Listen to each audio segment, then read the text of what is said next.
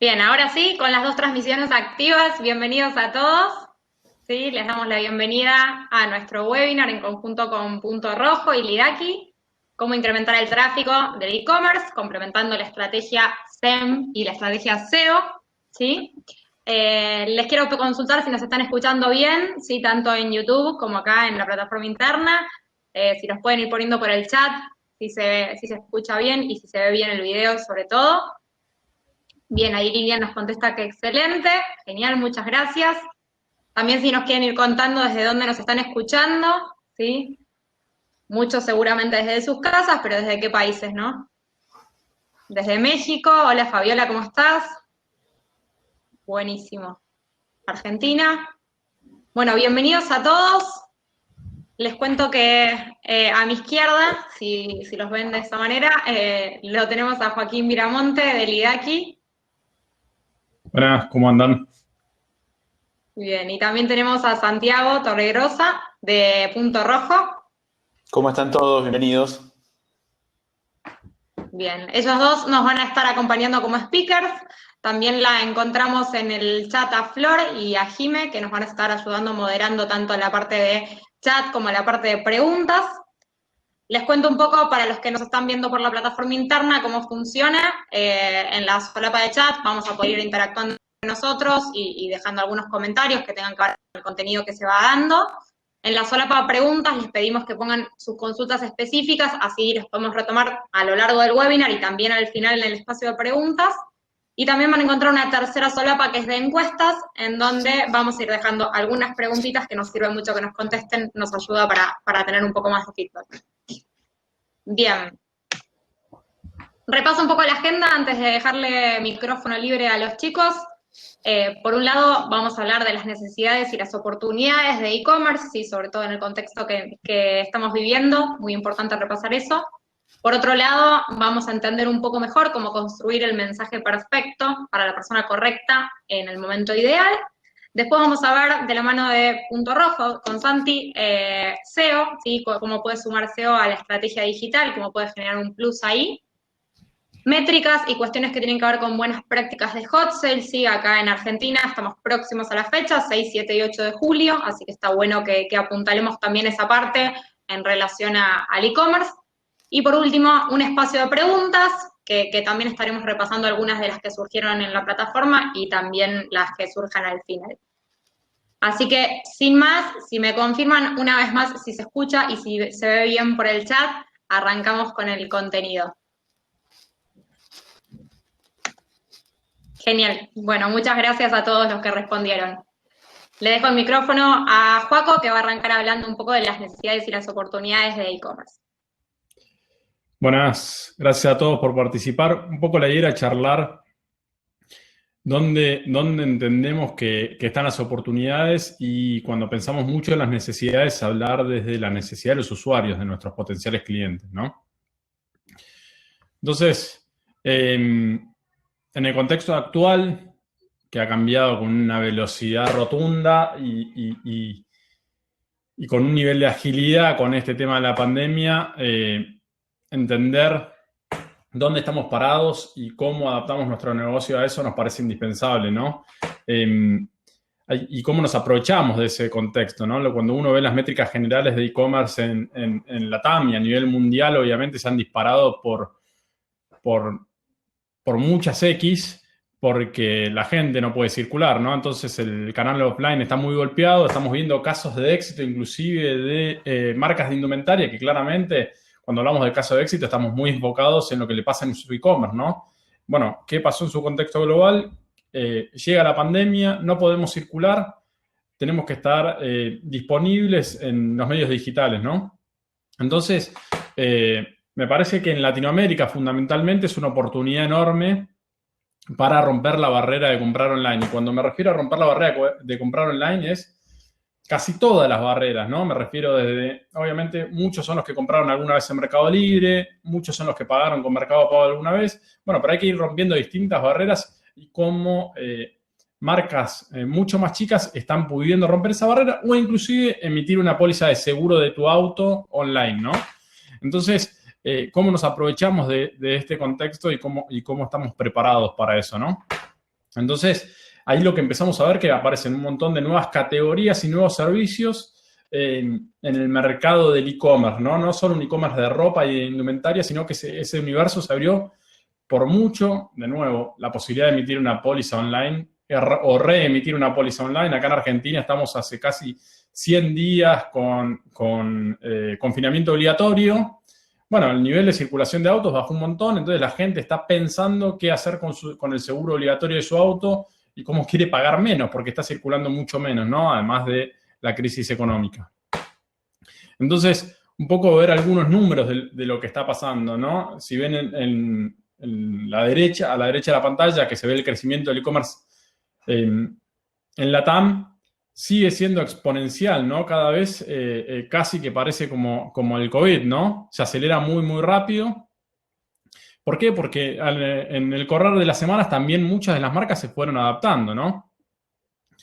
Entonces, y entendiendo lo que le pasa al público, por lo menos declara, después hay que ver cuánto sea 100% real, pero el 83% del público en Argentina declara que solo sale de la casa cuando es esencial. Inclusive hablando con clientes mexicanos me contaban que sin haber confinamiento obligatorio, el nivel de circulación en las calles bajó muchísimo, ¿no?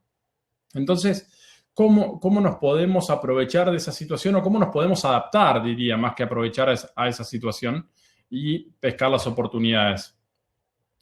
Y obviamente lo que sí vemos es un drástico cambio de las categorías en el mercado digital o en lo que es en el tráfico online de qué está haciendo la gente en su teléfono fundamentalmente, ¿no? Y cómo las búsquedas o el comportamiento de consumir sobre salud, sobre alimentos, sobre hogar, sobre fitness y sobre tecnología tuvieron crecimientos espectaculares. Hay otras categorías como lo que es mercado automotor en Argentina, que tuvo una caída muy fuerte. Bueno, Travel no hace falta decirlo, ¿no? Travel tuvo una caída terrible. Entonces, ¿cómo se van adaptando esas categorías? Y si nuestros negocios coinciden o se pueden alinear con esas categorías, ¿cómo nosotros nos deberíamos estar pensando en acomodarnos? Me parece que es importantísimo estar leyendo el contexto casi todos los días, ¿no? Acá en Argentina hoy tenemos mucha expectativa si nos van a devolver a fase 1, o sea que casi el 95% de la población no pueda circular o no. Bueno, cómo los negocios se van acomodando a eso y cómo nuestro negocio se va acomodando a eso. Y cuando tenemos la posibilidad de trabajar en e-commerce, eso se adapta mucho y qué les vamos a decir a los usuarios va a ser indispensable en cada una de esas etapas. Entonces, con esto de pensar en qué contexto estamos y a la expectativa de si nos devuelven a fase 1 o no, por ejemplo, impactar con el mensaje correcto a la persona correcta en el momento ideal, ¿no? En estos 100 días han pasado un montón de cosas. Al principio todo lo que comprabas no lo podías cambiar, todo no te llegaba. Había muchas marcas que pudieron pararse en el lugar correcto de ser sinceras y decir, bueno, esto te lo voy a estar mandando a partir de tal día, o voy a hacer entregas a partir de tal día. Bueno, este contexto vuelve a cambiar y entender qué está pasando con esas entregas o con ese contexto no va a ser lo mismo para la provincia de Buenos Aires que para el resto del país. Entonces, ¿cómo las marcas comunicamos claro eso y tratamos de llegar a la persona correcta con el público correcto? Si nosotros tenemos la posibilidad de entregar en el resto del país porque no están en fase 1, bueno, tenemos que apuntar nuestras campañas a esos lugares y poder estar entregando. Pero si estamos apuntando a Capital Federal y AMBA, es importantísimo que le estemos diciendo a nuestros potenciales clientes lo que le va a pasar. Su producto va a llegar determinado día o no va a llegar o va a demorar tanto tiempo. Entonces, las marcas necesitan pararse en un lugar de ser muy claros con sus clientes, de tener que tienen un nivel de ansiedad y un nivel de expectativa sobre ese tipo de consumos muy grande. Entonces, nosotros lo que tratamos de detectar cuáles son las 3 razones más importantes para cuidar a las marcas en nuestra realidad actual, ¿no? En lo que está pasando ahora. Fundamentalmente los usuarios están muy atentos y son muy perspicaces con lo que las marcas comunican, con lo que dejan de comunicar, ¿no? Hemos visto muchos casos en Twitter o en redes sociales donde muchos usuarios le salen a pegar a algunas marcas por el tipo de propuesta de valor o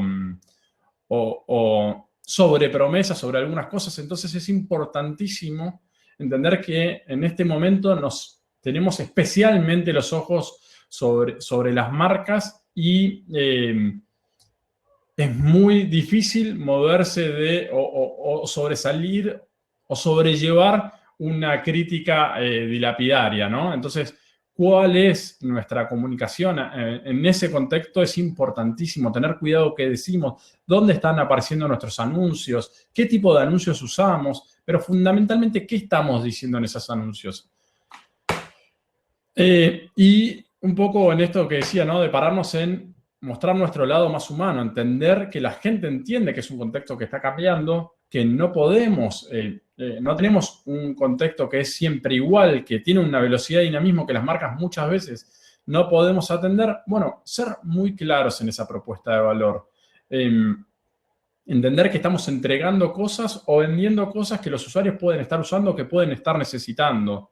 En eso siempre me interesa pensar, por ejemplo, en clientes que tenemos que venden o materiales para la construcción o temas que necesitan de una instalación posterior. Bueno, eso hoy en muchos lugares de Argentina no se puede. Entonces es importante que estemos ofreciendo productos o servicios que el usuario va a poder usar o que sean muy claros en, bueno, tu instalador de tu aire acondicionado recién va a poder ir cuando liberen la restricción de circular. Pero ser muy claros en ese momento. ¿Por qué te lo vendo ahora? Porque tengo oferta, porque tengo precio, pero sabe que el instalador, si vos me comprás la instalación, va a estar yendo recién cuando lo permitan circular. Y es como optimista para los argentinos esto, ¿no? Decir que todas las crisis pasan tarde o temprano, estamos en crisis económica ya hace un buen tiempo, pero sumado a la pandemia decimos, bueno, estamos muy acostumbrados a las crisis y siempre terminan o pasan, y depende de nosotros cómo nuestra marca queda posicionada para salir o para captar o capitalizar la mayor cantidad de mercado cuando la crisis termina y estar preparado para eso. Entonces, ¿cuáles creemos que deberían ser los pasos hacia esa transformación digital, ¿no? Y estar preparados para capitalizar todo este entorno. Nosotros acá ponemos 5 enfoques de cómo entendemos que muchas de las marcas están trabajando y cómo creemos que deberían estar trabajando, ¿no? Pero el punto que me parece más importante y más relevante es parémonos en el lado de los usuarios, partiendo de la base cuando los usuarios quieran. Tenemos bastantes clientes que su objetivo es ir incrementando su e-commerce un 1% de sus ventas totales por semestre. Bueno, pero siempre tiene que ver con lo que nosotros como marca o como empresa estamos preparados para darle a los clientes, pero nos cuesta ponernos en el lugar de nuestros clientes cuando nuestros clientes están preparados. Bueno, hoy ha quedado demostrado con la pandemia que hay muchos más usuarios de lo que el universo creía que estaban preparados para comprar online. Bueno, probablemente tenía que ver con el tipo de oferta. Obviamente, no soy naif en pensar, obviamente no está en la competencia del retail tradicional, ¿no? Muchos de los locales están cerrados o solo con atención muy limitada. Por supuesto, eso lo pongo como el contexto, pero nos cuesta muchísimo pararnos en el lugar de cuando los usuarios lo quieren, ¿no? Me parece que si nos podemos parar en ese lugar, si podemos dejar de trabajar sobre supuestos donde muchas veces, bueno, pero nadie me va a comprar un corpiño si no lo puede ver. Bueno, entender y tener información real de nuestro negocio, bien estructurada, que nos permita tomar decisiones muy basadas en los datos y no solo sobre los supuestos de cómo vendíamos. Me parece que la ganancia va a ser muy grande y es indispensable para pensarlo para vender en un e-commerce, ¿no? Entonces, tomando la información que tenemos y no trabajado sobre supuestos, pensando en lo que los usuarios quieren, podemos armar una experiencia diseñada alrededor de nuestros clientes, ¿no? Y como un salto de calidad muy grande a esa gestión y a la evolución de esa gestión, es importantísimo que todas las métricas estén integradas. Con esto quiero dar un ejemplo simple, que es muchas veces Analytics dice, bueno, vendimos tanto, pero no se está contemplando la cantidad que nos devuelven, ¿no? O que rebota o que son de devoluciones. Bueno, es importante empezar a integrar toda esa información. No podemos integrar toda la data si no la podemos administrar, pero vamos a ir integrando cosas que nos den mayor información, ¿no? Si vendemos un servicio, bueno, lo vendimos online, pero sigue la suscripción al mes 3 o no. Empezar a integrar información que nos vaya diciendo dónde podemos ir a buscar más parecidos a nuestro cliente ideal. Y entender que hoy los medios digitales, Google y Facebook fundamentalmente, pero en su mayoría, nos permiten hacer segmentaciones basadas en intenciones y no sobre personalizaciones, ¿no? Dejar de hablar, yo le quiero hablar a varones de entre 30 y 50 años, sino poder trabajar sobre gente que tiene intenciones real de comprar lo que nosotros vendemos. Y con esto voy a dar un ejemplo que utilicé muchas veces. Yo podría estar viendo videos en YouTube de Ferraris, pero Google sabe, si yo hago búsquedas sobre Ferraris, que no estoy en intención de compra. Google y Facebook ya saben eso y nosotros lo tenemos que aprovechar, lo tenemos que utilizar. Entonces podemos adaptar nuestras campañas y trabajar con una segmentación basada en la intención de los usuarios. Nos pasa a todos, ¿no? Que hablamos de algo con alguien o whatsappeamos de alguna compra o de algo que estamos interesados y después abrimos Instagram y nos aparece ese anuncio y esa es la manera en que los medios empiezan a trabajar sobre la intención. Bueno, aprovechémosla. No necesitamos trabajar solo sobre lo que nosotros creemos que es nuestro target específico, sino sobre gente que tenga la intención de comprar lo que nosotros vendemos. Entonces, el acceso a la data, ¿no?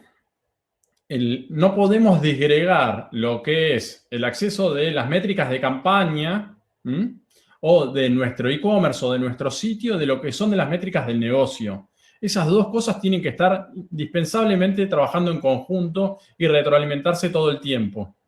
Es muy habitual que tengamos un cliente que es el responsable del e-commerce, pero solo esté pensando en las métricas de analytics, tiempos de rebote, velocidad de respuesta del sitio, que son métricas fundamentales, pero esté muy alejado de las métricas del negocio y de los objetivos del negocio. Bueno, nosotros lo que entendemos es que esas dos cosas tienen que convivir, porque eso es lo que va a poder desarrollar con éxito ese e-commerce. Entonces, lo que planteamos o entendemos que es lo correcto es ir trabajando en distintos pasos en lo que es un modelo data-driven. Que esos datos estén trabajando y conectados de manera dinámica al final del camino. No recuerdo si por ahí Agus me lo puede decir, pero la cantidad de campañas a nivel Latinoamérica que están trabajando con modelos data-driven 100% agilizados es muy poco, ¿no? Hay como distintos tiempos de madurez de los clientes, pero... Es menor al 3%. Perfecto, gracias Agus.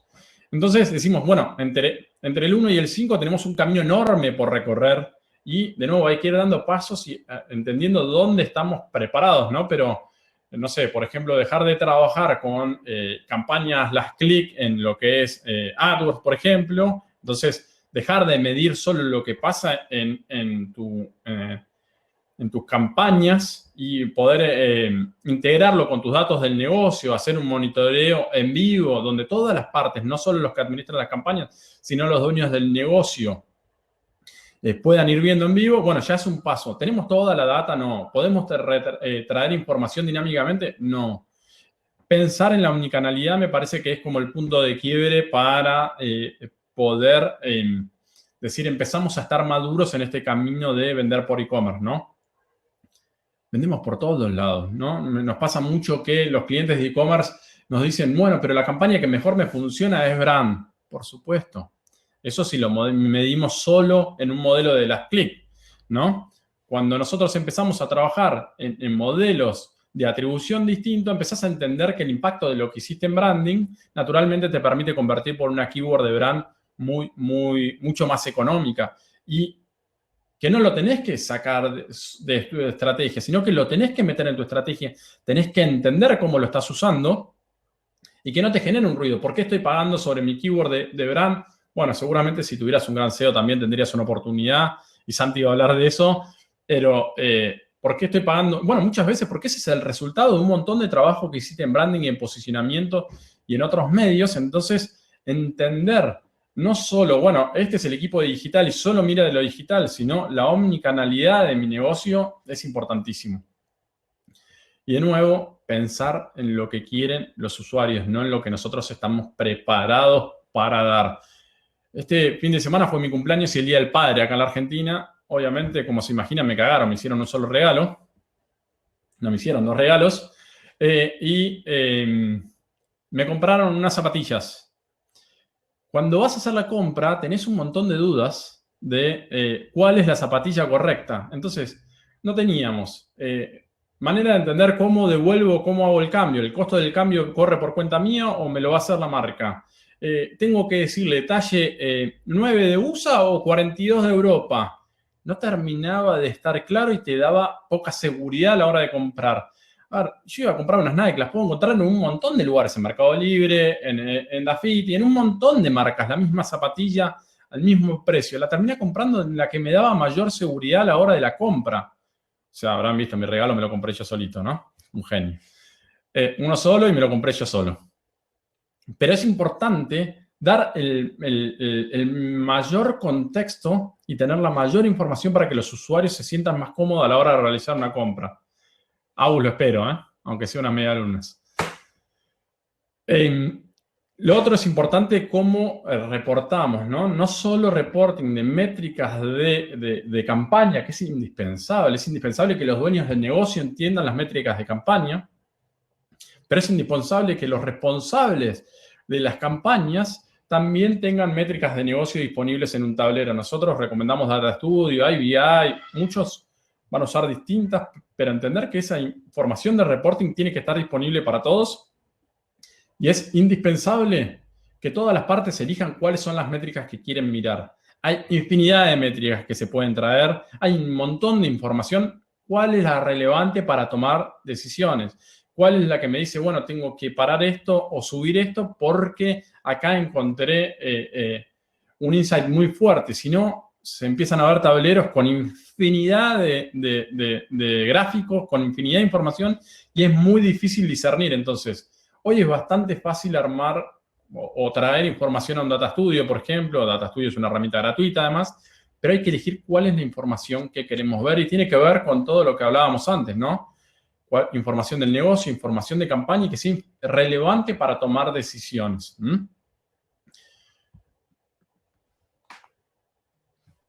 Armar un equipo es algo que a nosotros nos llevó un tiempo, ¿no? Entenderlo. Nosotros ya, Lidac es una empresa que tiene 7 u 8 años de vida. Y al principio, eso de, bueno, yo te proveo esto y vos arreglate como puedas, ¿no? En los últimos años hubo un cambio de enfoque de los casos exitosos que tenemos con clientes, es trabajar en equipo, ¿no? Hay que armar un equipo y dependiendo del vertical con el que estamos trabajando, seguramente ese equipo se tenga que agregar muchas más personas.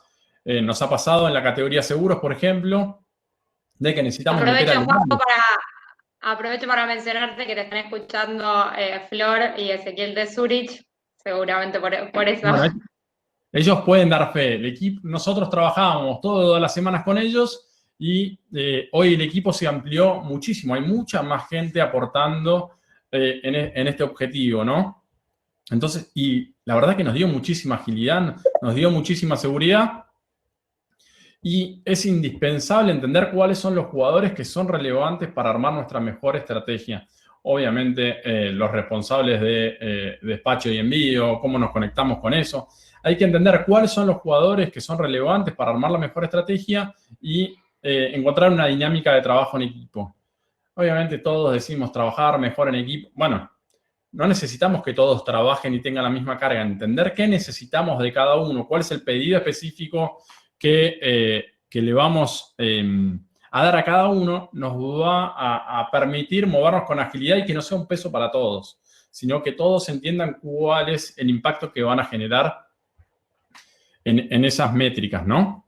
O en la posibilidad de mover de nuestro negocio de un lugar para otro. 5 claves para la venta online sea una buena experiencia.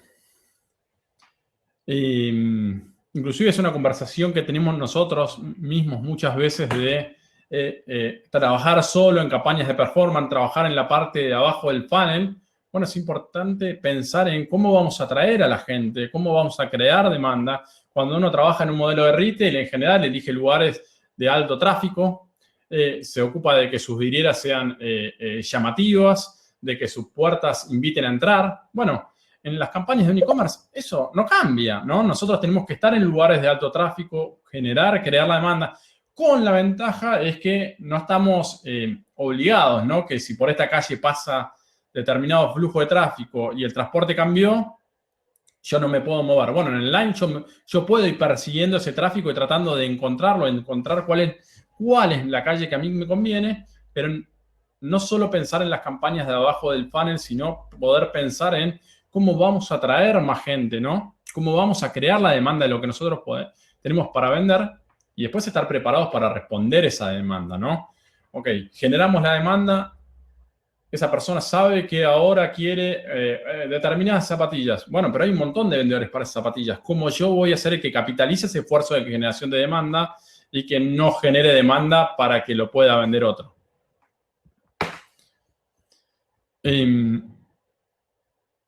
Bueno, en esto de plantearnos todo el tiempo si estamos preparados, ¿no? Acá se viene hot sale. Bueno, no todos, con el lío de la pandemia, con reestructuraciones terribles, no todos están llegando bien preparados para este hot sale. Claramente todos incrementaron sus ventas o muchos incrementaron sus ventas en sus e-commerce, pero le están sacando todo el jugo que pueden. ¿Están realmente preparados para capitalizar todo lo que se pueda?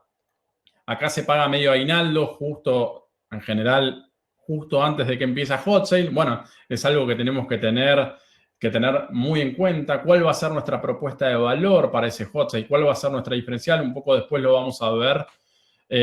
Cuáles entendemos nosotros que son cosas que sí o sí tienen que estar pensadas para poder tener éxito, ¿no?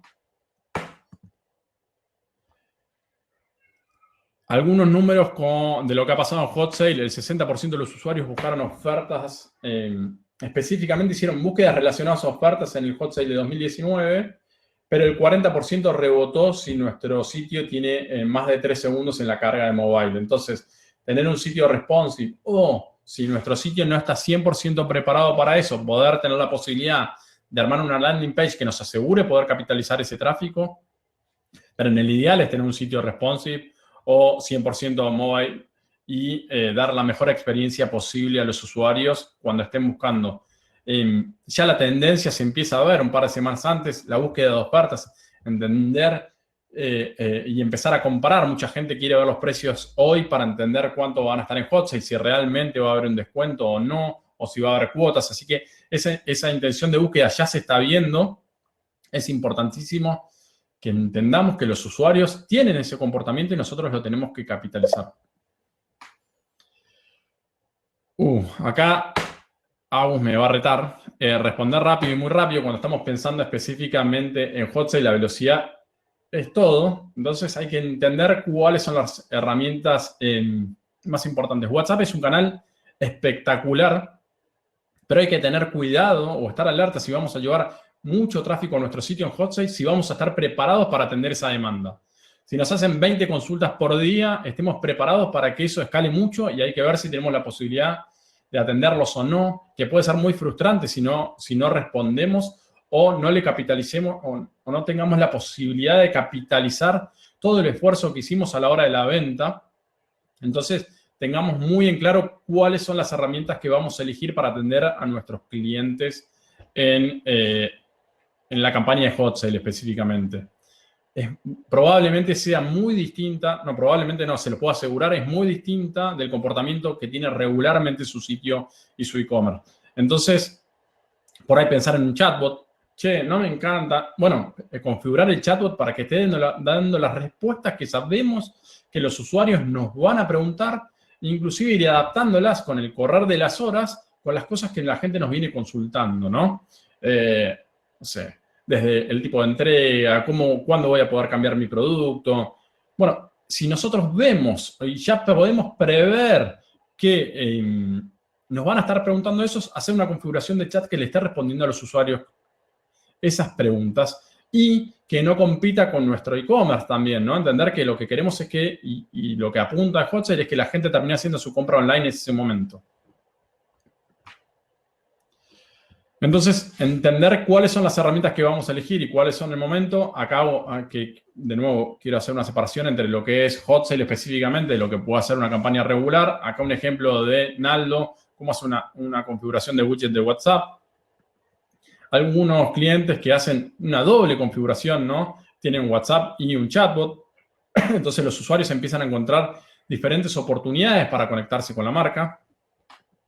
O inclusive si eligieran, por ejemplo, acá, Todo Cocina tiene un teléfono. Bueno, la posibilidad de hacer call tracking o campañas de click to call a ese teléfono, pero entender el horario de atención. No le demos la disponibilidad de tener un teléfono para llamar en un horario que no atendemos, porque va a ser muy frustrante para los clientes. A eso es cuando nos referimos, a veces cuando yo hablo de pararnos en el lugar del cliente, parecen cosas muy sofisticadas. Pero no le demos la posibilidad de hablar por WhatsApp o llamar por un teléfono en un horario que nosotros no estamos disponibles para atender porque es súper frustrante para los clientes. Entonces, pero eso sí es bastante fácil de adaptar y está pensado para nuestros clientes. Exacto, Joaco, para poner el ejemplo concreto de este caso de cómo conviven los dos widgets, el chatbot lo usan como canalizador de leads para personalizar a escala la atención de los clientes en los horarios donde no puede atender el equipo comercial, y el equipo comercial lo que hace es interactuar por WhatsApp en los horarios donde sí puede hacerlo y sí puede cumplir con la expectativa de la respuesta rápida. Entonces, juegan con ese doble horario para poder justamente cumplir con lo que el usuario espera del otro lado, ¿no? La respuesta rápida en WhatsApp y, bueno, entender que está hablando con un bot un poco más personal en el caso del chatbot. Y si hay un desborde, tener la posibilidad de apagarlo, ¿no? Si en Hotmail de repente el tráfico es mucho más alto de la capacidad que teníamos para atender, bueno, tener la posibilidad de apagarlo, pero no dejar a alguien esperando horas para una respuesta de compra, ¿no? Porque si no, vamos a tener muchas probabilidades de perder esa compra. Cosas importantes, traquear en tiempo real en Google Analytics, ¿no? Entender cuáles son los carritos abandonados, intentar recuperarlos con campañas de remarketing, con email marketing, con llamados si tenemos los datos de registro. Entender que la tasa de conversión debería aumentar en este evento. Si vemos que esas tasas no están, probablemente tengamos problemas con la calidad del tráfico. Ver si tenemos que rever. La lógica que se espera es una mayor tasa de conversión, así que probablemente esté más vinculado a la calidad del tráfico que estamos enviando que a problemas del sitio. Entender dónde se pierden los usuarios y ver si podemos solucionar, y esto hay que hacerlo previo a Hotjar, entender dónde tenemos ruidos muy grandes, ver si los podemos solucionar antes de Hotjar. Solucionarlo siempre, pero fundamentalmente para Hotjar, entender, bueno, acá tengo un punto de quiebre, yo le voy a estar dando una oferta especial por un tiempo limitado. Bueno, tratemos de minimizar los puntos de roce. Y lo que vemos que se venda muy bien orgánicamente, bueno, Santi después va a hablar bastante de eso, pero cómo podemos capitalizar, ¿no? Todo lo que ya orgánicamente nuestro sitio está generando para impulsarlo a través de las campañas. Y me pasé un poquito del tiempo, le quiero dar el pase a Santi. Después volvemos con preguntas y respuestas, así que... Perfecto, perfecto. Muchísimas gracias. Bueno, Juanjo. sí, súper interesante. Todo tuyo, Aus. No, súper interesante, Joaco. Ahí nos fueron dejando algunas preguntas que vamos a retomar al final. No las vamos a dejar sin contestar, no se preocupen. Pero bueno, queremos seguir un poco con cómo funciona con la estrategia de SEO, que, bueno, tuvo que ver con una de las preguntas que nos hicieron. Así que, Santi, todo tuyo para continuar. Genial, gracias, Agus. Gracias, La verdad que antes de meterme en este mundo de SEO, siempre me encanta tener este tipo de charlas en conjuntos y escuchar las perspectivas desde de otros canales digitales, de otras verticales digitales, porque el mensaje y lo que uno tiene que lograr es el mismo. Joaco habló de setear expectativas en los clientes, responder a intenciones reales, a una demanda real, no a lo que nosotros pensamos que un usuario puede estar interesado en comprar o en poder tomar decisiones en base a datos, esto lo voy a comunicar de esta forma porque así me lo están efectivamente buscando mis potenciales clientes o clientes actuales. Y creo que el éxito de una estrategia digital macro pasa por poder resolver esos diferentes puntos desde lo que puede ser SEM, lo que puede ser email marketing o lo que puede ser propiamente dicho lo de SEO. Pero para ya ir metiéndonos, la idea es al principio poder hablar un poco de qué es SEO y de qué hablamos cuando hablamos de SEO, para hacer referencia a uno de mis libros preferidos. SEO obviamente son 3 siglas que significan Search Engine Optimization, la optimización para motores de búsqueda, pero tal vez un poco a diferencia del otro lado de lo que puede ser SEM o las campañas pagas, vamos a estar hablando de Google. Y cuando haga referencias, algunos ejemplos, algunos datos, voy a estar hablando de Google porque casi el 98% de todas las búsquedas que se realizan a diario en Latinoamérica se hacen a través de Google. Y también al ser el motor de búsquedas, no solamente más popular, pero más desarrollado, que ha evolucionado por sobre el resto en el tiempo, si uno se va optimizando para Google, también puede llegar a cubrir el resto de los motores de búsqueda. Pero claramente por una cuestión de market share, si estamos acá, estamos llevándonos el gran porcentaje de la torta que nos interesa. Y entender cuál es la relación en una página de resultados entre los resultados pagos publicitarios y los resultados orgánicos. Y este tal vez es el formato tradicional en el cual todos estamos acostumbrados a ver, no solamente en la actualidad, sino ya hace varios años que viene llevando este formato las páginas de resultados en Google. Ahora, seguramente han notado que dependiendo cómo cambie esa intención de búsqueda, como bien mencionaba Joaco, Google ya entiende lo que estamos buscando, qué es lo que realmente estamos necesitando atrás de una búsqueda. Obviamente van a haber variaciones, si es una keyword short tail, si es una keyword más long tail, más específica, pero Google tiene la información para saberlo. En cierta forma me gusta pensar lo que está mostrando Google sobre una temática particular o un producto, un servicio, lo que fuese, es en cierta forma un reflejo de lo que la sociedad piensa y necesita y está demandando sobre esa temática. Entonces, ¿por qué existe una industria SEO? Porque un poquito más de 2/3 del tráfico que reciben los sitios, por lo menos en Argentina, provienen de resultados orgánicos. Y si bien la primera impresión de ese número es, wow, 2/3 es orgánico, ahí hay como uno empieza a hacer algunos asteriscos. Algo que vi en las consultas, que después los vemos en conjunto con Joaco al final, tenía que ver justamente con una estrategia para términos brand. Entonces, cuando uno habla de, tengo todo este tráfico orgánico, una de las primeras preguntas que uno se tiene que hacer es entender si ese tráfico son búsquedas de marca o son búsquedas de los productos o los servicios que estoy ofreciendo sin ningún tipo de marca. Sí, tal vez de ese 2/3 de tráfico, el 90% es porque está haciendo una búsqueda más marca. Por un lado tal vez en cuanto al flujo y el potencial SEO no estemos capitalizando y no estemos preparados para recibir toda esa demanda de esos términos non-brand, es decir, aquellos que no mencionan una marca, pero por otro lado nos despiertan y nos dicen, si hoy por hoy tenemos todo este tráfico orgánico y solamente un pequeño porcentaje es non-brand, tenemos todo por crecer y todo por ganar. Un concepto que se utiliza tanto en SEM y SEO es el concepto de estar lo más visible para los usuarios posible, ¿no? Tener el mayor espacio dentro del SERP, o sea, de la página de Search Engine Result Page dentro de Google, porque cuanto más arriba estemos, naturalmente vamos a recibir una mayor cantidad de clics y una mayor cantidad de visitas.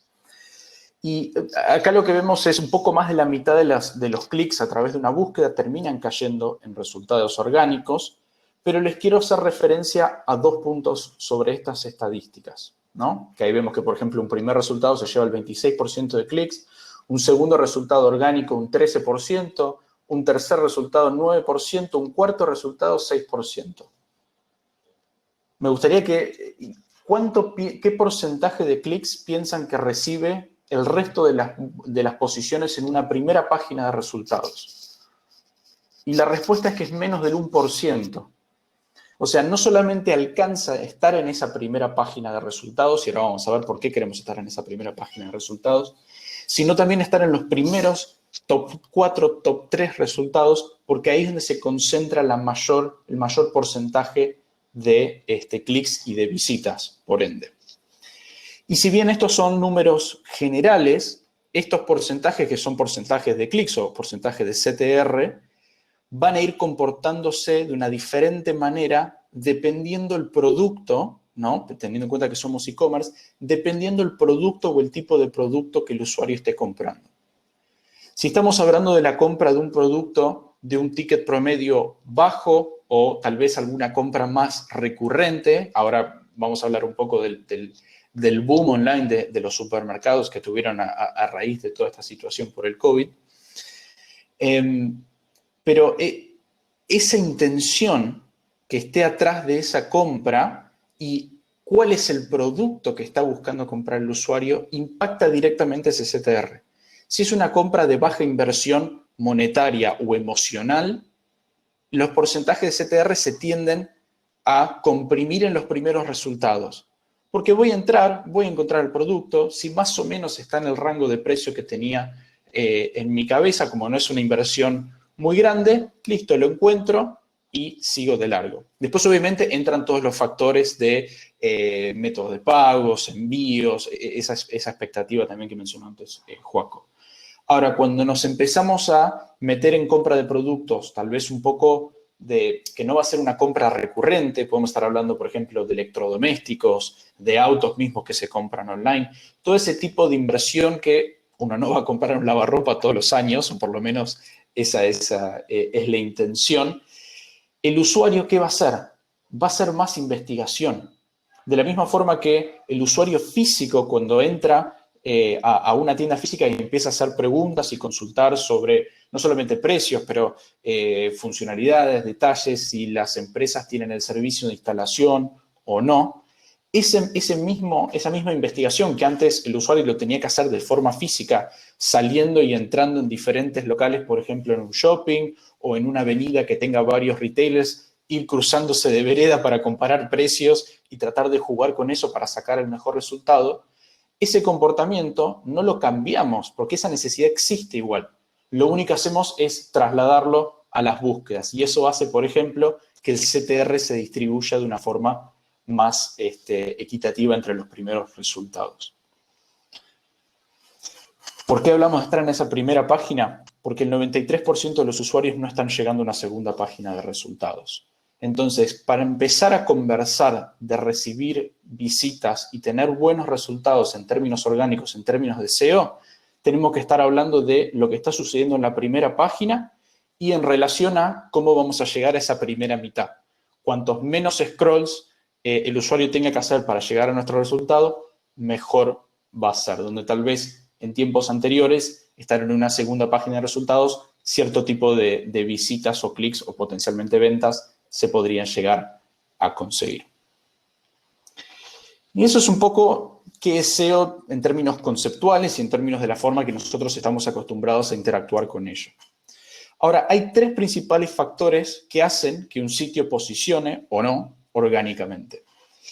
Y algo que es que a mí personalmente me divierte y me motiva de poder estar trabajando en la industria SEO en el 2020 es que hoy por hoy la mayoría de las acciones que se hacen dentro de cualquier estrategia, o la mayoría de las acciones que se deberían hacer en cualquier estrategia SEO, pasan más por cómo mejoramos la experiencia del usuario por sobre cómo nos mejoramos de cara a Google.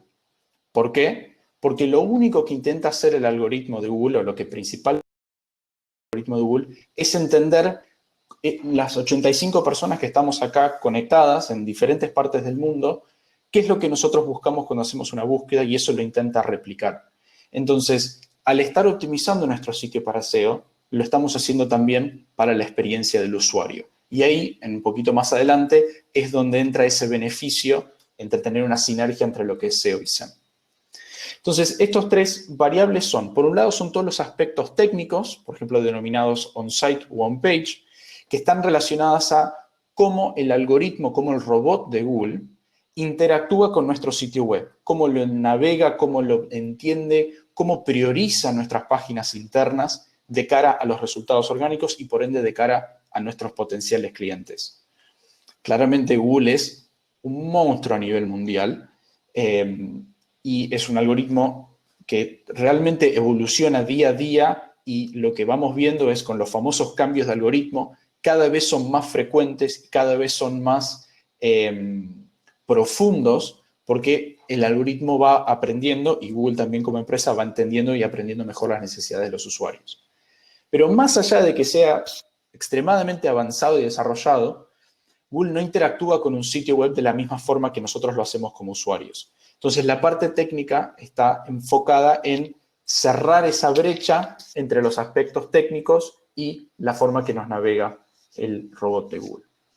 Después, por otro lado, tenemos la parte de contenidos, que esto directamente a uno de los primeros puntos que mencionó Joaquín en su charla, que es alinear nuestro contenido, principalmente textual, a la forma que buscan nuestros clientes, no de la forma que nosotros pensamos que buscan los clientes, y eso lo podemos hacer con datos. Esto es algo que parece simple o básico o esencial, pero es uno de los principales problemas que encontramos que nuestros clientes o potenciales clientes con lo que se están encontrando. Es que muchas veces la comunicación, las fichas de producto, las descripciones, no solamente de productos, de categorías, de cómo funcionan los envíos, de ese seteo de expectativas que hablamos, están armados por gente tal vez con muchísimo conocimiento, muchísimo expertise sobre ese producto en particular. Cuanto más técnico esto es, peor aún. Y termina utilizando un montón de lenguaje, un montón de terminologías y de jergas que son tan técnicas que nadie los termina buscando de esa forma. Un buen ejemplo de esto, nosotros trabajamos con uno de nuestros clientes en el rubro de telecomunicación, que por una cuestión de branding, ¿no? de marketing, habían decidido empezar a comunicar la venta de equipos por sobre la venta de celulares, porque equipos era el nombre técnico correcto y era mayor beneficio, ellos sentían, de la comunicación de la marca para diferenciarse. Para nosotros lo que hicimos fue, ok, genial, dame 2 días que te armo un slide. Y el slide era un gráfico de torta que decía el 97%, y ese porcentaje no me lo voy a olvidar nunca, el 97% de las búsquedas de los usuarios que quieren comprar un celular utilizan la keyword celular, no utilizan equipos. Y si toda tu comunicación pasa a hablar de equipos y no de celulares, vas a dejar de posicionar y poder capitalizar todas esas búsquedas. Por eso es importante entender posicionar por intenciones, trabajando las diferentes variaciones de keywords según su potencial de búsqueda. Y por último, el tercer factor que hace que un sitio posicione o no orgánicamente tiene que ver con lo que se podría llamar su reputación o su autoridad de cara al buscador. Google como algoritmo o cualquier motor de búsqueda no tiene forma de medir de forma tangible la envergadura de una marca en el mundo offline. El ejemplo que siempre utilizo es Google como algoritmo no tiene forma de saber que Coca-Cola es una o la marca más fuerte del mundo. No sabe que viene, no sé, llega la Navidad sí, llega la Navidad y prendemos el televisor porque esperamos ver en algún momento un oso polar o porque hay un mundial de fútbol y esperamos que haya una publicidad creativa de Coca-Cola de su parte. Eso lo logró la empresa con muchos años de, claramente, estrategias de marketing muy exitosas y también muchos dólares para lograrlo. Pero Google no tiene forma de medir eso. Pero lo que se dio cuenta es que aquellos sitios que mejor responden a las necesidades de los usuarios, sean informativas, sean de productos, sea de lo que sea, las necesidades que tenga el usuario, que la demuestre a través de su búsqueda, los sitios que mejor responden esas consultas, los más autoritativos, son aquellos que reciben validaciones de terceros. ¿no? Que reciben un voto de confianza de un tercero, de un sitio tercero. Ese voto de confianza es un link, no es una URL. Es decir, por ejemplo, yo tengo, no tengo en realidad, pero supongamos que tengo un blog de fotografía, ¿no? Hablo de fotografía, de las diferentes cámaras que se pueden utilizar, de los lentes. Escribo diferentes entradas, notas, contenidos en el blog y consigo que Nikon, por ejemplo, porque es extremadamente bueno el contenido que generó Santi por alguna razón, Nikon en algún lugar me linkea a mi blog de, no sé, fotografiabysanti.com. Y Google, ¿qué dice? Le digo, ah, mira, este muchacho tiene un blog que tiene un montón de información, qué sé yo. Y una de las marcas más autoritativas, de mayor renombre y de mayor también presencia en el tiempo online, está linkeando al blog de Santi. Le está dando un voto de confianza. Entonces Google lo que dice es, por ende, el blog de fotografía de Santi es un poquito más relevante dentro de esa industria. Y ese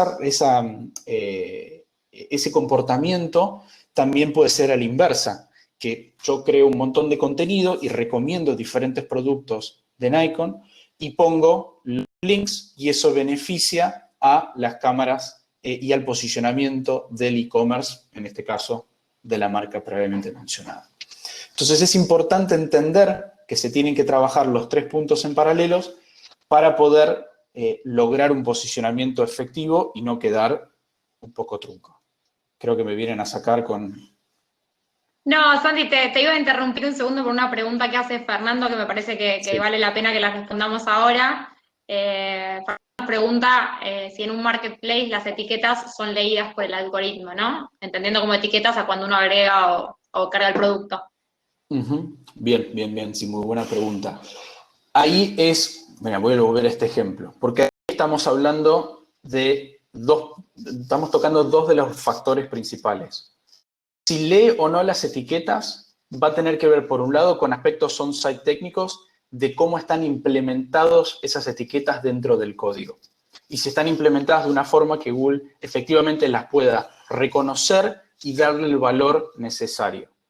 Por darte un ejemplo, si por alguna X razón esas etiquetas están, no sé, hay 4 etiquetas en los productos y eso por la configuración de lo que sea del marketplace te lo genera en 4 etiquetas en el código H1 y eso no va a ser un beneficio para SEO porque sabemos que tenemos que tener una sola etiqueta H1.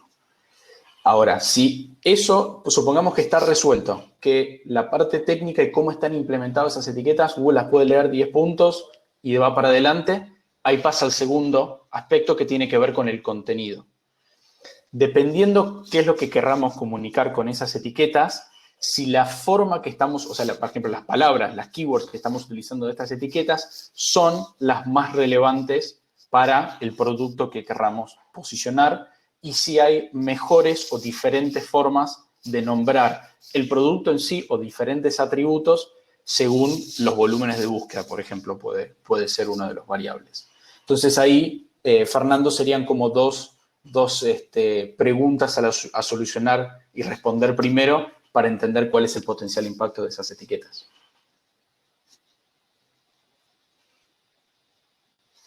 Como por ejemplo poner casco para moto, casco integral, ahí estoy viendo. Bueno, ahí deberíamos ver un poco el caso puntual, dónde es que se están cargando estas etiquetas y de vuelta, dónde se está imprimiendo ese campo dentro del texto, dentro del código, perdón, del sitio para ver si tiene relevancia.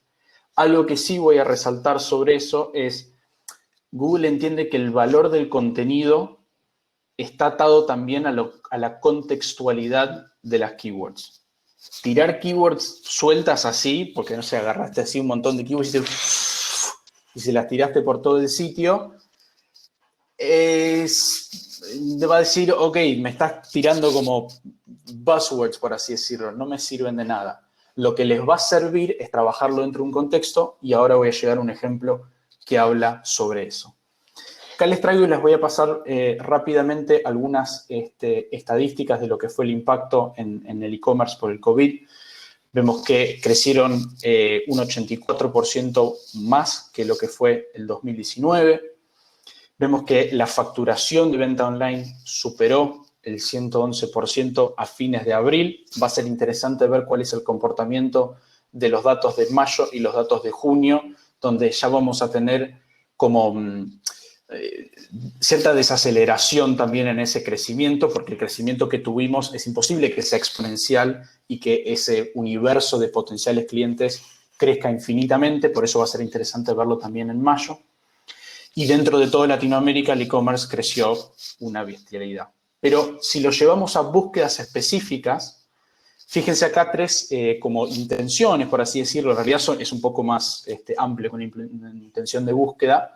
Vemos como supermercado creció 112% en términos de búsquedas mensuales. Indumentaria, que un ejemplo que mencionó Joaco, que claramente en el aspecto físico está sufriendo muchísimo, pero eso está beneficiando directamente lo que es la compra online. Y uno que claramente cobró muchísima más relevancia, muchos de nosotros que estamos trabajando remotamente desde nuestras casas, el impacto de las computadoras.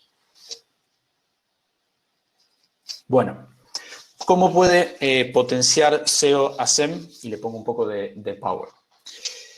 Primero, lo que se puede hacer es cruzar el posicionamiento de las keywords que se estén utilizando para la parte paga. Porque eso nos puede decir si tal vez en algunos términos, puede ser en algunos términos brand, si estamos corriendo alguna campaña de brand, y en términos generales, si estamos corriendo alguna campaña de performance, cuál es la relación entre el posicionamiento orgánico versus nuestra inversión o los anuncios. Por ejemplo, desde Punto Rojo, nosotros nos dedicamos exclusivamente a lo que es SEO. Entonces, en ningún momento podemos tomarnos la libertad de decirle a un cliente, en esta keyword no tenés que pautar o pautar menos, porque no es nuestro expertise. Lo que simplemente ayudamos a decir es, miren, para esta keyword orgánicamente estás posicionando primero y realmente no hay ningún otro competidor fuerte pautando. Tal vez esa inversión lo pueden ver y capitalizarla desde una keyword distinta. Pero si no se tiene esa visión de cómo estamos parados en SEO y en dónde estamos pautando, puede ser que muchas veces estemos tirando muchos recursos o invirtiendo o malgastando ciertos recursos en una misma intención o en una misma keyword, donde tal vez tanto un canal o el otro ya lo tiene resuelto. Bueno, ahí está, me respondí a mí mismo. Pero el tercer punto, que sí tiene que ver con algunos factores, y acá, Joaco, sentite libre de meterte si te parece, que tienen que ver con el overall quality and relevance de los diferentes anuncios, ¿no? La calidad y la relevancia de los anuncios para donde queremos estar apareciendo, ¿no? Entonces, como SEO es un trabajo directo sobre el sitio, sobre el dominio que se quiere posicionar, naturalmente vamos a estar trabajando cuestiones como performance, como experiencia del usuario, como la navegación del usuario entre las diferentes productos, categorías, subcategorías o fuentes de información. Y todos estos diferentes variables hacen que mejore la experiencia y el overall quality y también potencialmente la relevancia de cara a un anuncio. Entonces eso puede influir tal vez un poco en el costo que se tenga para la campaña. Para ir cerrando con algunos insights, les quería dejar el insight que me parece más relevante y el concepto que vengo repitiendo hace mucho tiempo y es clave para e-commerce y clave para SEO, que es la relevancia absoluta de las páginas, o vamos a hablar en términos un poco más técnicos, de las URLs de categorías y de subcategorías. ¿Por qué son las más relevantes?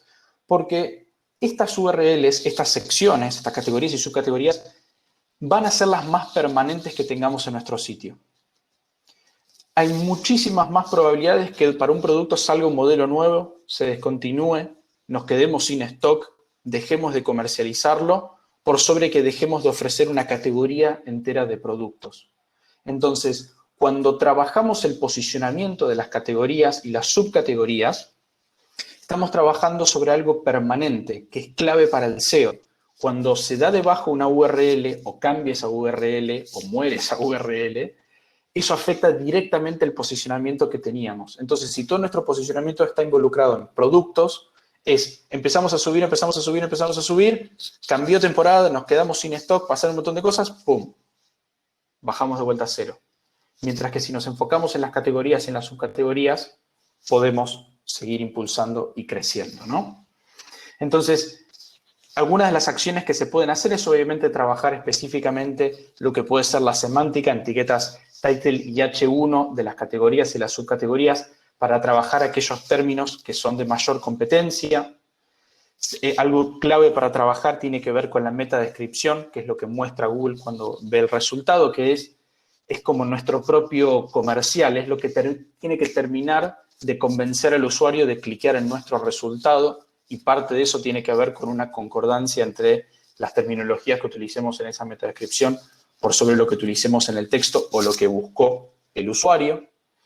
Y otro tipo de estrategias que se hacen es, por ejemplo, agregando contenido a estas categorías. Esta es la categoría de TV LED y Smart TV de Garbarino, donde si volvíamos acá atrás, ven que arriba tienen TV LED y hay un ver más. Cuando uno despliega ese ver más, aparece un montón de contenido que puede ayudar al usuario a convertir, pero está hecho de una forma que no rompe con la experiencia del usuario, pero todo ese texto nos permite trabajar un montón de variaciones de diferentes keywords que de cualquier otra forma no tenemos otro lugar para hacerlo justamente en una página de subcategorías o de categorías específicas.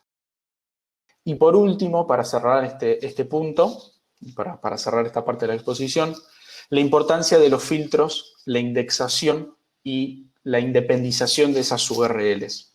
No solamente nos interesa posicionar en el tiempo las combinaciones de las keywords más genéricas, Smart TV, TV LED, sino también variaciones que también son amplias. Smart TV Samsung, por ejemplo, más marca, o Smart TV más las pulgadas, que son justamente las variables que se pueden trabajar desde los filtros en un e-commerce o en un marketplace. Bueno, técnicamente, cómo se están cargando y desarrollando esas páginas cuando se van sumando los filtros puede ser un diferencial muy grande frente a la competencia para capitalizar todas esas búsquedas.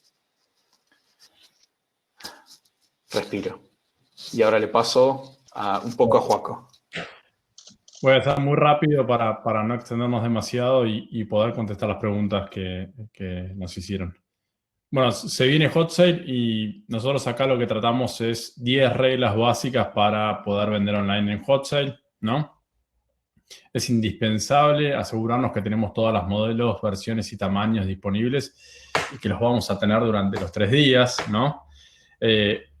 Pensar una estrategia de precios competitivos, que no nos quedemos con una marca que nos sea difícil de quitar, ¿no? No tener un precio competitivo en una campaña de hot sale puede ser una marca peligrosa a la hora de trabajar en nuestro e-commerce. Medios de pago competitivos, ¿no? Es saber que le estamos hablando a un público, trayendo público o está viniendo público que necesita o quiere pagar con determinados medios de pago, y ni hablar la diferencia que va a ser la flexibilidad de la financiación. Las formas de envío, y acá vuelvo a algo que ya hablamos, un seteo de expectativas clarísimo de qué va a pasar con eso. Si nosotros estamos acostumbrados a entregar en 48, 72 horas y sabemos que no lo vamos a poder cumplir, ser muy claros en esa comunicación. Obviamente está de más decir que todo lo que está relacionado a envío gratuito y todo mejora muchísimo la tasa de conversión. Empujar, ¿no?, la venta de cross-canal, digamos, ¿no? Alguien que nos compró algo, poder ofrecerle producto complementario, hay que aprovecharnos. Eso es algo que en el local pasa siempre o está dado, pero en el online no siempre está muy bien trabajado y es importante que lo tengamos muy presente. Poder responder a cualquier pregunta que facilite la compra en tiempo, de forma y con velocidad. O sea, ya pensar de arranque qué nos van a preguntar para estar disponibles a responderlo y adaptar esas respuestas muy rápido en base a lo que vemos que nos empiezan a preguntar. Bueno, la UX lo más intuitiva posible y fácil de navegar es indispensable. La renovación de la oferta, ¿no? Y cómo trabajamos la reposición de los productos y qué le decimos a los usuarios cuando no tenemos stock es indispensable. Todo lo que esté vinculado a achicar la incertidumbre de mi compra de zapatillas, por ejemplo, es fundamental, ¿no? ¿Cómo nos adelantamos a eso, ¿no? Curva de talles, tamaño, qué manera le denomina a la gente o cuál es el talle o cómo le dicen en los locales los vendedores a los talles. Hablan por sos 8, sos 10 o sos 42. Bueno, entender cuál es la mejor manera para comunicarnos y la mejor experiencia postventa que le podamos dar al cliente una vez que nos compró es indispensable. Es la primera vez que le vendemos. Bueno, lograr volver a venderles muchas veces más es indispensable y es una oportunidad que no nos podemos perder en Hot Sale.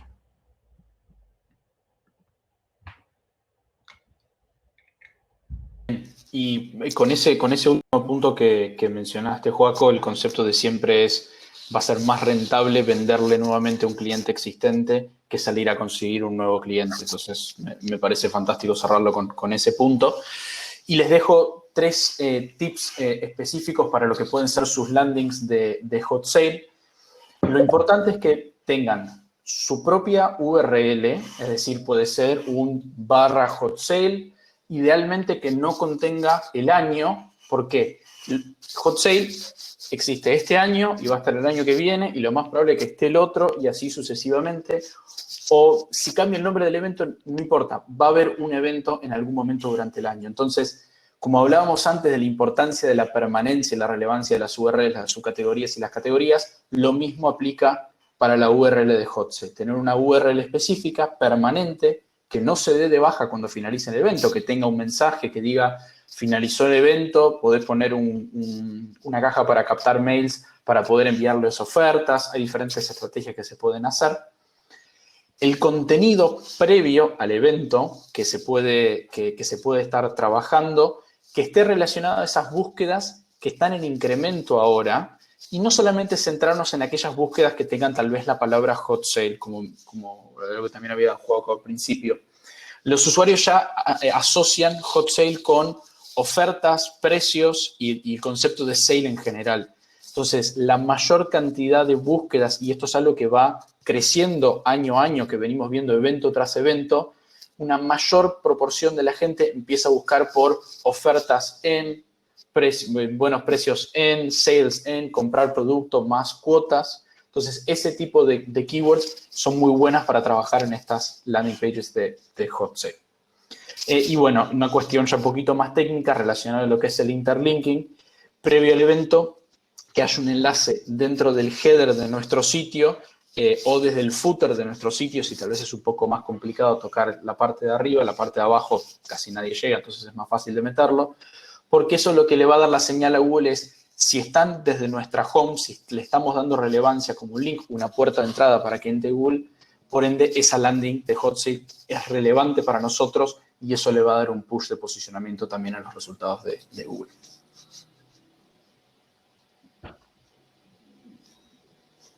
Creo que quedarían preguntas. Bien, buenísimo chicos, gracias. Creo que fue súper claro. Seguro surcan muchas preguntas después, más de las que pusieron en la solapa preguntas, pero me gustaría que nos tomemos 5 minutitos más para repasar las más comunes que fueron surgiendo, así se llevan esas respuestas puntuales y después, bueno, seguiremos en conversaciones con Punto Rojo y con Lidaki en cada una de las que queden.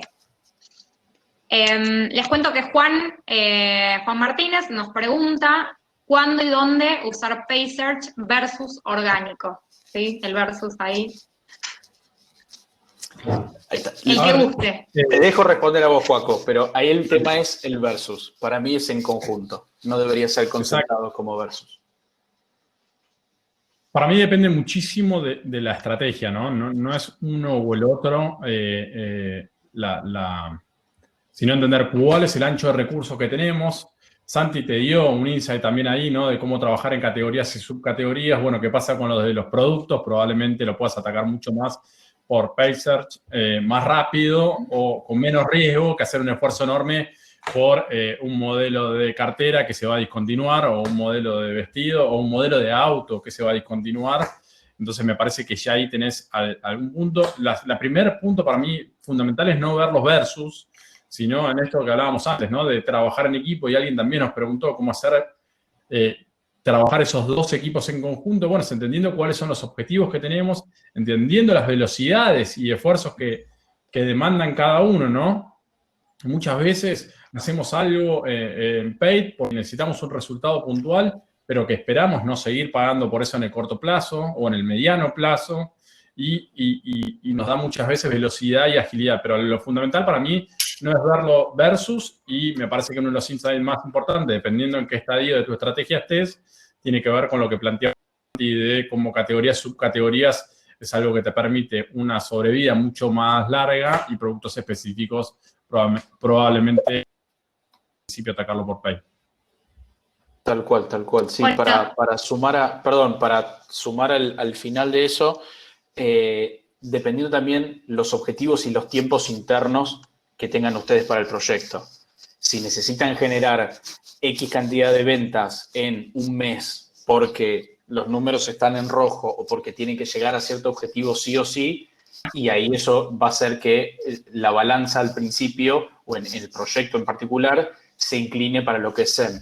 Si los objetivos que se están planteando internamente y la visión que se está teniendo es a más largo plazo, ahí se puede hablar de una estrategia en conjunto de SEM y SEO para ver cómo se van complementando en el tiempo para alcanzar esos resultados. bien, perfecto. De hecho, después en otra pregunta, Juan nos comentaba cómo empoderar a los equipos pagados con los orgánicos para que trabajen juntas de manera efectiva. Creo que de alguna forma en esa misma pregunta contestó ese versus que mencionaba en la primera. La cerveza funciona muy bien también, siempre.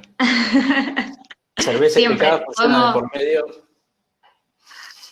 Sí, total. Podemos pedirle, si no, a Agustina que nos mande una caja de Buen Vivir y creo que ya está perfecto.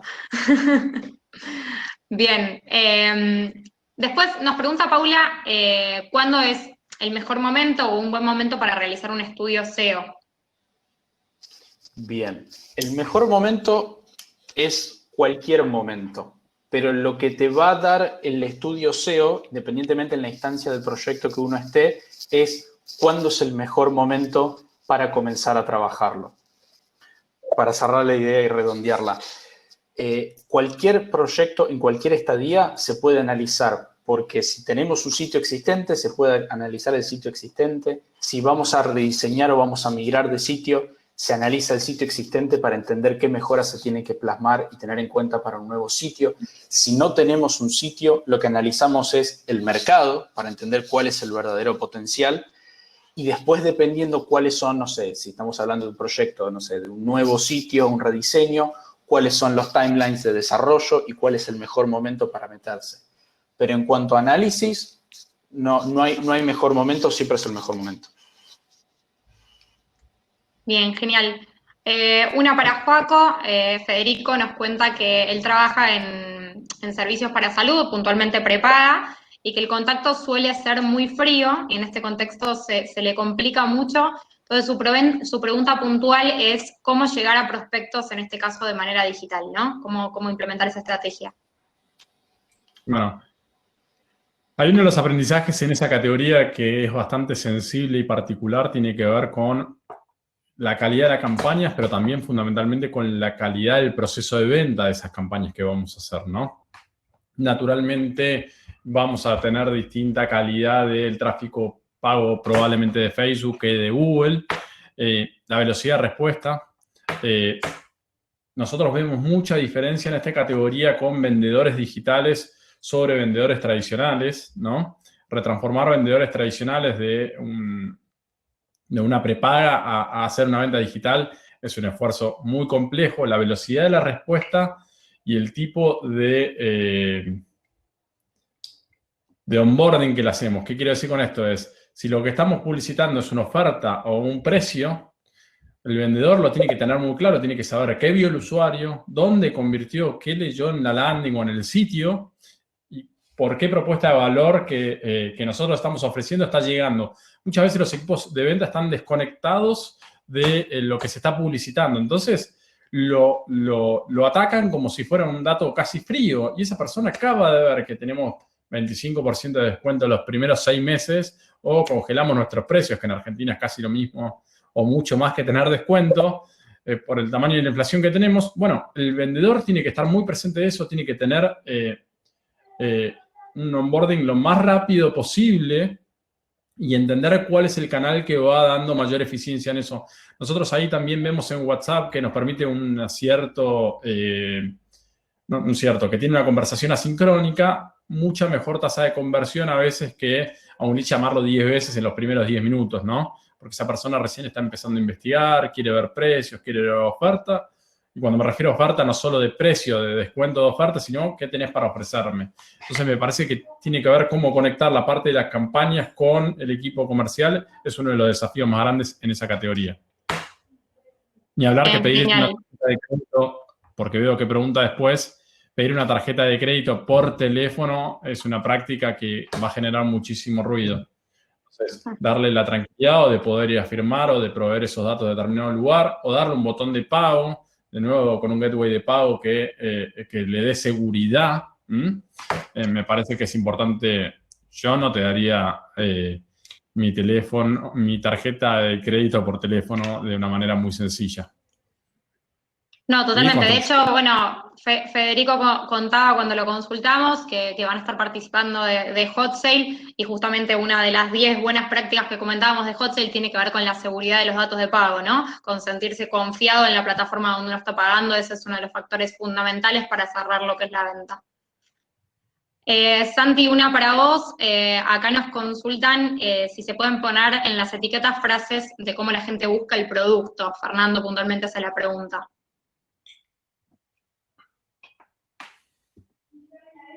No, voy a desmutear.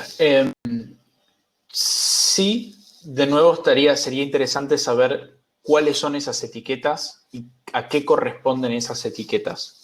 Porque el concepto de etiqueta se puede utilizar en muchísimos, marketplaces de distintas formas y también técnicamente tienen diferentes significados. Para responder así rápido, sí, obviamente la idea es en ciertas etiquetas, por ejemplo, semánticas, hablando de SEO, es importante utilizar frases o las keywords que usan los usuarios para buscar. Tendríamos que ahondar un poco más en detalle sobre qué etiquetas específicamente está hablando Fernando, en qué marketplace, en qué contexto, para poder responderle mejor. Pero sí, la respuesta general es sí. Bueno, si quiere Fernando ponernos algo más, mientras vamos a pasar en la de Luis. Luis, creo que esta la pueden responder los dos, pero me parece que Joaco ahí tiene una respuesta. Nos pregunta, ¿cuál es la mejor forma de visualizar los esfuerzos en relación a KPIs, tanto de SEO como de lo que es pago? Si es un data studio, si es el spreadsheet de Google, ¿sí? Y cómo aterrizar esos resultados con los equipos de marketing. Son dos preguntas, pero un poco sobre el mismo punto de KPIs. Bueno, ¿dónde visualizarlos? Depende de cada uno. Digo, yo propuse Data Studio porque es fácil, empresas usan Power BI y hay un montón de información, pero para mí lo importante es qué métricas se eligen, ¿no? Y conectándolo a la segunda parte o a la segunda pregunta con el equipo de marketing, es una discusión que nosotros internamente en Yaki tenemos con AU, por ejemplo, muchas veces. Viste que, bueno, ¿qué keyword convirtió específicamente? Bueno, ¿para qué necesitas saber esa información tan granular? Y dame contexto, dame sobre qué estamos comunicando, porque de nuevo, Google y Facebook videan o hacen machine learning de una manera muchísimo más potente de lo que podemos hacer nosotros las personas. Esa parte, no sé si lamentablemente o no, cada vez ellos la resuelven mejor. Digo, lamentablemente cuando pensamos del lado de la agencia, pero entonces nos tenemos que parar mucho más desde el lado de la consultoría y entender para qué necesitamos esa información y cuál es la información que queremos ver. Nosotros con nuestros clientes nos funciona muy, muy bien Data Studio, pero muchas veces a ese Data Studio a través de BigQuery le bajamos información de sus CRMs. Entonces, cuando trabajamos ventas, marketing, agencia, vemos la información que va referida al objetivo de negocio que nos pusimos, no tanto solo de campaña, ¿no? Y sí me parece indispensable entender qué tipo de campaña estamos haciendo, en qué etapa del funnel, cuáles son los KPIs que queremos ver, ¿no? A mí, de nuevo, una métrica de la recompra que hacemos para la recompra me parece indispensable. Y muchas veces eso queda fuera del lado de la agencia de performance, pero me parece indispensable porque necesito entender, bueno, yo invertí tanto para la primera venta, pero después, a un costo muy bajo, puedo volver a hacer que esa persona haga una recompra o vuelva a hacerme un pedido. Ni hablar en productos de consumo masivo, ¿no?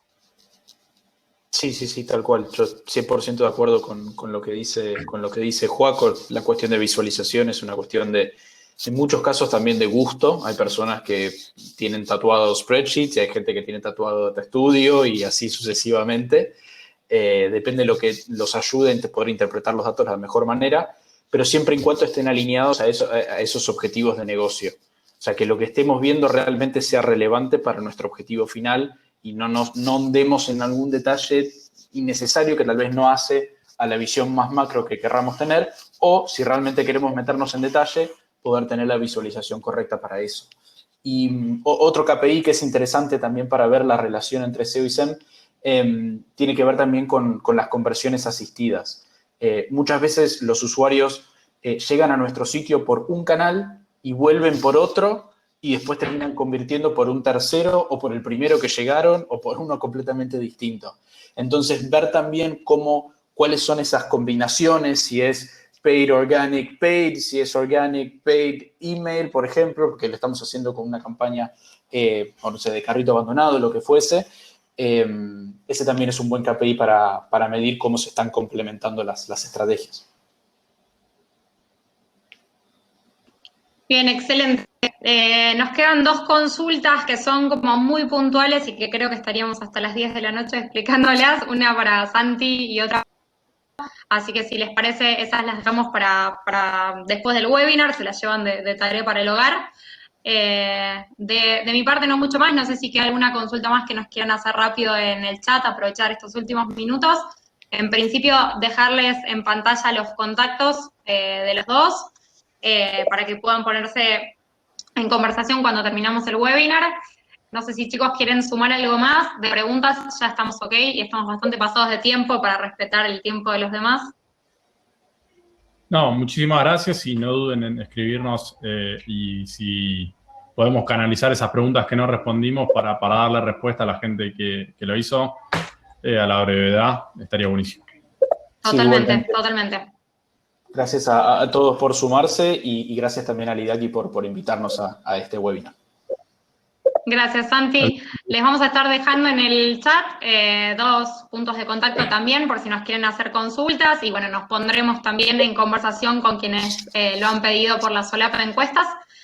También va a quedar colgado este webinar a YouTube, sí, a nuestro canal, y lo estaremos mandando por mail por si lo quieren compartir con alguien del equipo, para que lo tenga a disposición, ni bien termine, lo están recibiendo en el correo con el que se registraron. Así que bueno, de mi parte, gracias por habernos acompañado y gracias chicos, excelente la exposición. Gracias. Hasta luego, muchas gracias. Chau, chau.